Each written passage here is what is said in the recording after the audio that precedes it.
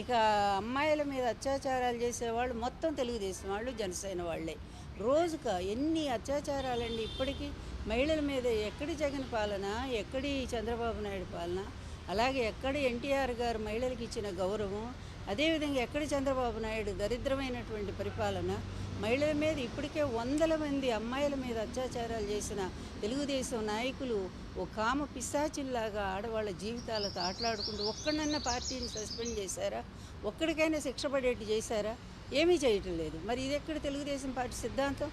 అదే ఎన్టీఆర్ గారు ఉంటూ ఊరుకుంటారా? అసలు ఎప్పుడో పార్టీ నుంచి అందరినీ సస్పెండ్ చేసేసేవారు. పార్టీలాగా తయారు చేసుకున్నాడు చంద్రబాబు నాయుడు.